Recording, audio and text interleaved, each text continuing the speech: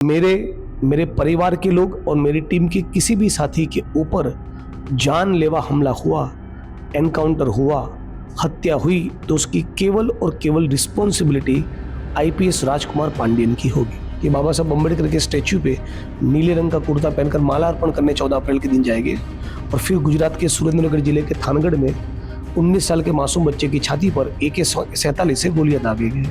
सरकारी जो कचेरी है, सरकारी जो दफ्तर है, किसी के बाप की पीढ़ी है, जागीर है क्या किसी की? रेप हो, बलात्कार हो, घर जलाए जाए, उसका सामूहिक बहिष्कार किया जाए, इन सारे मामलों में आरएसएस और बीजेपी के लोग खामोश रहते हैं। जैसा ही चुनाव आएगा उनके घर खाना खाने का नाटक करेंगे। जिन लोगों ने मुझे चुनकर भेजा, मैं उनकी बात रखने जा रहा हूँ। अब क्यों नहीं सुनोगे? आपके बाप की जागीर है क्या? कौन से खेत की मूली अफसर है? तो कोई विधायक है, सांसद है, मंत्री है, आईएएस है, आईपीएस है, तो क्या हुआ? जनता से तो बड़ा नहीं है ना। ये वो इंसान है कि जो सरदार पटेल का सबसे बड़ा स्टैच्यू खड़ा करेंगे और फिर पाटीदार आंदोलन में 14 पाटीदारों की हत्या करवाएंगे। ये है भाजपाइयों का चरित्र। भाजपा के साथ जुड़े हुए गुंडों का, एंटी सोशल एलिमेंट्स का गैर कानूनी कब्जा है। मैं रिपीट कर रहा हूँ, 20,000 बीघा जमीन किसी एक समुदाय की, उसमें यदि गुंडे घुसे हो तो करोड़ों अरबों की प्रॉपर्टी का किसी समाज का नुकसान हो रहा है। 300 करोड़ की जमीन के मामले में एक आईपीएस अफसर ने 26 करोड़ का तोड़ किया। बताइए मिस्टर पांडियन, ये कौन है आईपीएस अफसर? 20,000 से लेके 2 लाख तक का 350 स्पा से हर महीने पैसा कलेक्ट करने का एक गैर कानूनी धंधा चालू किया है। ये अफसर कौन है? किसने बलात्कार करने के बाद कौसर बी को एनेस्थीसिया का इंजेक्शन देकर जिंदा जलाया था? सवाल नंबर 4, कौन सा गुजरात का आईपीएस अफसर डुप्लीकेट घी और डुप्लीकेट मावा बनाने वाली फैक्ट्रियों से लगातार हफ्ता ले रहा है? हिम्मत है तो जवाब दीजिएगा। अफसरों की जो दादागिरी है उसको ठिकाने लगाना ही मुझे लगता है कि सरकार का काम है। नहीं तो जो जिनको चर्बी चढ़ी है, जिनको घमंड है, ऐसे 2-4 अफसर का विकेट गिरवाओ, उसको सस्पेंड करवाओ, उसकी नौकरी खा जाओ।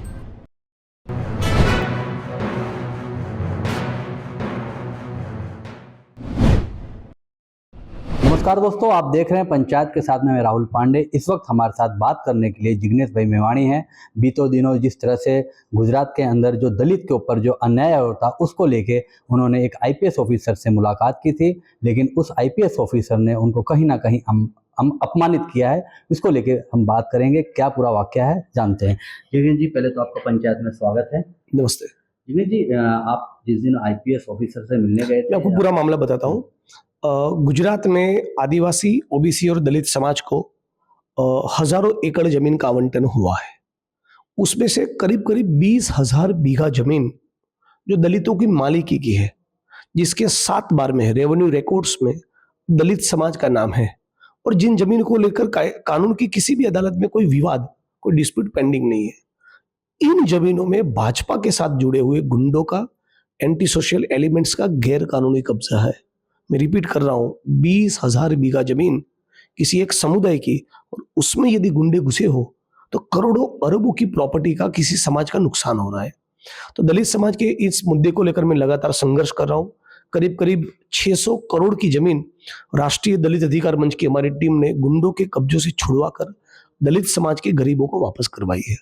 यही तर्ज पर हम लोग कच्छ जिले में आंदोलन कर रहे थे, और 15 अगस्त के दिन हम लोगों ने कच्छ जिले के रापर तहसील के बेला और नंदा गांव में 198 एकड़ जमीन का पोजीशन दलितों को दिलवाया। लेकिन उस जमीन में जो लोग घुसे हुए थे वो कभी भी जानलेवा हमला कर सकते हैं। तो कच्छ के एसपी और आईजी को मैं बार बार लिख रहा था, बार बार उनसे फोन कर रहा था कि प्लीज आप कोई प्रिवेंटिव एक्शन लीजिए ताकि इस प्रकार की कोई अनटूवर्ड इंसिडेंट न बने। बावजूद उसके वो कोई कार्रवाई करने को तैयार नहीं थे। तो दलितों के ऊपर कोई जानलेवा हमला न हो, इस बात को लेकर, इस बात की रजूआत करने के लिए हम लोग एडिशनल डीजी SC/ST सेल के पास मैं और साथी हितेंद्र भाई पिठड़िया गए थे। वहां उन्होंने बदसलूकी की, बहुत बदतमीजी से पेश आए। कह रहे थे मोबाइल बाहर रख दो, किसी कीमत पे दोबारा नहीं मिलूंगा, अपॉइंटमेंट नहीं मिलेगी, मेरे चेंबर में आप घुस नहीं सकते, मेरी चेंबर है, मैं तय करूंगा किसको मिलना है नहीं मिलना है, दोबारा कभी आपको अपॉइंटमेंट नहीं मिलेगी, टी शर्ट पहन के आए हो, किस प्रकार के विधायक। बहुत ही एक गरिमापूर्ण ढंग से, एक विवेकपूर्ण शैली में बात करना चाहिए किसी भी आम जनता के साथ, और विशेष तौर पे MP MLA से कैसे बात करना है उसकी दी गाइडलाइन है, उसका रिटर्न प्रोटोकॉल है। इन सब के बावजूद बहुत ही एक घमंडी किस्म का इंसान किस प्रकार से बात करेगा, उस प्रकार का उनका एटीट्यूड था। तो इस एटीट्यूड को चकनाचूर करने का हम लोगों ने भी तय किया है, और 23 तारीख को गुजरात के पुलिस भवन गांधीनगर में जो पुलिस भवन है, डीजी ऑफिस, उसके बाहर हम लोग एक बड़ा प्रोटेस्ट का कार्यक्रम करने वाले हैं। आपने उनके ऊपर आरोप भी लगाया है कि अगर फेक एनकाउंटर में अगर कहीं आपके ऊपर एनकाउंटर आपके बिल्कुल, साथी को जिस भी होता है। प्रकार का ये घमंडी इंसान है, बाद में भले ही डिस्चार्ज हो गए हो, लेकिन 302 के मामले में 7 साल जेल में रहे हैं। इस आदमी का कोई भरोसा नहीं। मेरे मेरे परिवार के लोग और मेरी टीम के किसी भी साथी के ऊपर जानलेवा हमला हुआ, एनकाउंटर हुआ, हत्या हुई, तो उसकी केवल और केवल रिस्पॉन्सिबिलिटी आईपीएस राजकुमार पांडियन की होगी। जिग्नेश जी, अभी आपने प्रेस वार्ता में 5 से 6 सवाल उनसे किए, पूरा मामला क्या है? जी, मैंने उनको सवाल पूछा कि इतना यदि तुमको घमंड है, तो मेरे कुछ बेसिक सवाल है, उसका जवाब दीजिए। बोपल शेला अहमदाबाद का इलाका है, वहाँ 300 करोड़ की जमीन के मामले में एक आईपीएस अफसर ने 26 करोड़ का तोड़ किया। बताइए मिस्टर पांडियन, ये कौन है आईपीएस अफसर? सवाल नंबर 2, एक आईपीएस अफसर ने 20,000 से लेके 2 लाख तक का 350 स्पा से हर महीने पैसा कलेक्ट करने का एक गैर कानूनी धंधा चालू किया है। ये अफसर कौन है? किसने बलात्कार करने के बाद कौसर बी को एनेस्थीसिया का इंजेक्शन देकर जिंदा जलाया था? सवाल नंबर 4, कौन सा गुजरात का आईपीएस अफसर डुप्लीकेट घी और डुप्लीकेट मावा बनाने वाली फैक्ट्रियों से लगातार हफ्ता ले रहा है? सवाल नंबर 6, आंगड़िया की एक मैटर में करोड़ों रुपए हवाला के जरिए दुबई में किसने ट्रांसफर करवाए? सवाल नंबर 7, पासपोर्ट के एक स्कैम में 15-20 रेड करने के बाद किसने पूरे मामले को ठंडे बस्ते में डाल दिया? कौन बदतमीज आईपीएस अफसर अपने बाप की उम्र के एक प्यून के साथ माँ बहन की अश्लील गालियां देकर बात कर रहा है? और गौरव, बिल्लू और मनन नाम के 3 लोग क्या पुलिस के कर्मचारी है या किसी आईपीएस अफसर के इशारों पर काम करने वाले, उसके लिए तोड़बाजी करने वाले वहीवटदार है? ये सवाल पूछने में 23 तारीख को उनके पास जाऊंगा। हिम्मत है तो जवाब दीजिएगा। आपने विशेषाधिकार हनन को लेके भी जो स्पीकर हैं उनसे आपने आवेदन किया है, उसके ऊपर अभी प्रक्रिया चल रही है और मैं उम्मीद करता हूं कि उसमें भी कुछ कार्यवाही हो। आपकी मांग क्या है? यानी एक ही मांग है, गुजरात के 50 लाख दलितों के आत्मसम्मान के साथ जिसने खिलवाड़ किया, उसको सस्पेंड करके नौकरी से टर्मिनेट करना चाहिए। आप 23 तारीख को आपने जो कॉल किया है तो उसमें कितने लोग जुड़ने वाले हैं? और अन्य गुजरात के जो तमाम जिले वहां से भी लोग आने वाले हैं? गुजरात के सारे जिलों में से, तहसीलों में से लोग आएंगे और 500 से ज्यादा युवा साथी हमारे साथ खड़े रहेंगे और कांग्रेस पक्ष के हमारे विधायकों की टीम भी रहेंगी। आपको लगता है कि गुजरात में अब सरकार के नहीं, कहीं ना कहीं अफसरशाही चल रही है? यह अफसरों की जो दादागिरी है उसको ठिकाने लगाना ही मुझे लगता है कि सरकार का काम है और सरकार को इस बारे में गहराई से सोचना चाहिए। भाजपा के बहुत से नेताओं की भी शिकायत है, विधायकों की भी शिकायत है कि अफसर उनकी बात नहीं सुन रहे।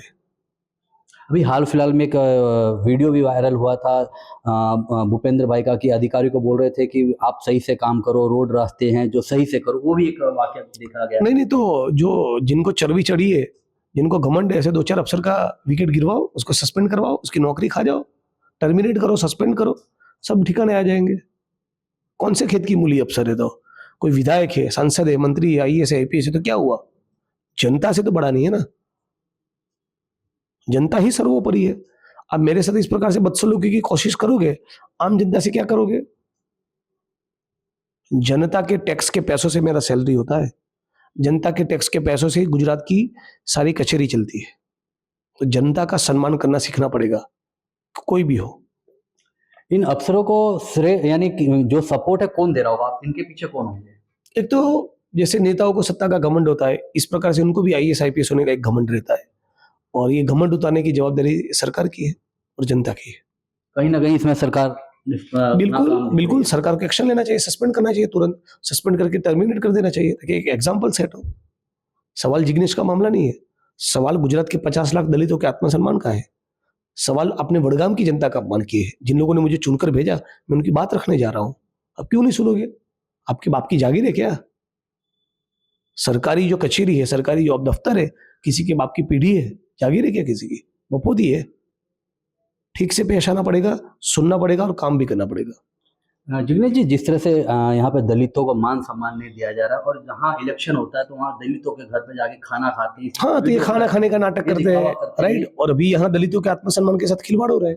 सफाई कर्मी की गटर में मौत हो जाए, छुआछूत हो, उनको आवंटित की गई जमीनों के ऊपर गैर कानूनी कब्जा हो, घोड़ी चढ़ने न दे, लंबे मूछ रखने न दे, गाली गलौज करे, रेप हो, बलात्कार हो, घर जलाए जाए, उसका सामूहिक बहिष्कार किया जाए, इन सारे मामलों में आरएसएस और बीजेपी के लोग खामोश रहते हैं। जैसा ही चुनाव आएगा उनके घर खाना खाने का नाटक करेंगे। अरे पे मशीन लाओ ना कि सफाई कर्मी की गटर में मौत ना हो, उनकी सुनवाई हो, उनके लिए अच्छी पॉलिसी बने, अच्छे कानून बने, अच्छी योजना बने, ऑलरेडी जो योजना बनी है वो ठीक से लागू हो। ये तो करना नहीं है। जिमी जी, कहीं ना कहीं नरेंद्र मोदी का भी आपने वीडियो देखा होगा कि जो काम करने वाले उनके पांव धोते हैं, दलितों के यहाँ जाते हैं, तो फिर ये क्या कहीं ना कहीं दिखावा है वोट बैंक की राजनीति? नहीं नहीं, तो क्या बोलते हैं, अभिनय के क्षेत्र में उनका तो कोई मुकाबला नहीं है ना, तो है थोड़ा नौटंकीबाजी, लेकिन गुजरात और देश की जनता उनको पहचान चुकी है, उनको जनता को समझ आ गया है। तो ये आप अगर 23 तारीख को ये आप वो इंसान है कि जो सरदार पटेल का सबसे बड़ा स्टैच्यू खड़ा करेंगे और फिर पाटीदार आंदोलन में 14 पाटीदारों की हत्या करवाएंगे।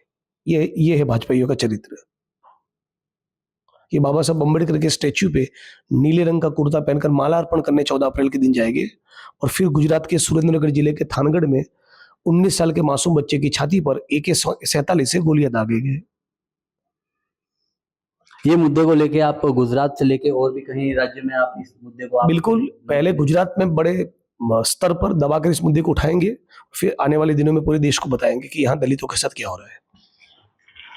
तो ये थे जिग्नेश मेवाणी जी, जिनका कहना है कि हम 23 तारीख को डीजी ऑफिस जाएंगे और 700 से 800 लोग जाएंगे और कहीं ना कहीं जो भी 5 सवाल हैं उनका वो जवाब दें। बाकी खबरों के लिए आप बने रहें पंचायत के साथ में। मैं राहुल पांडे, अहमदाबाद।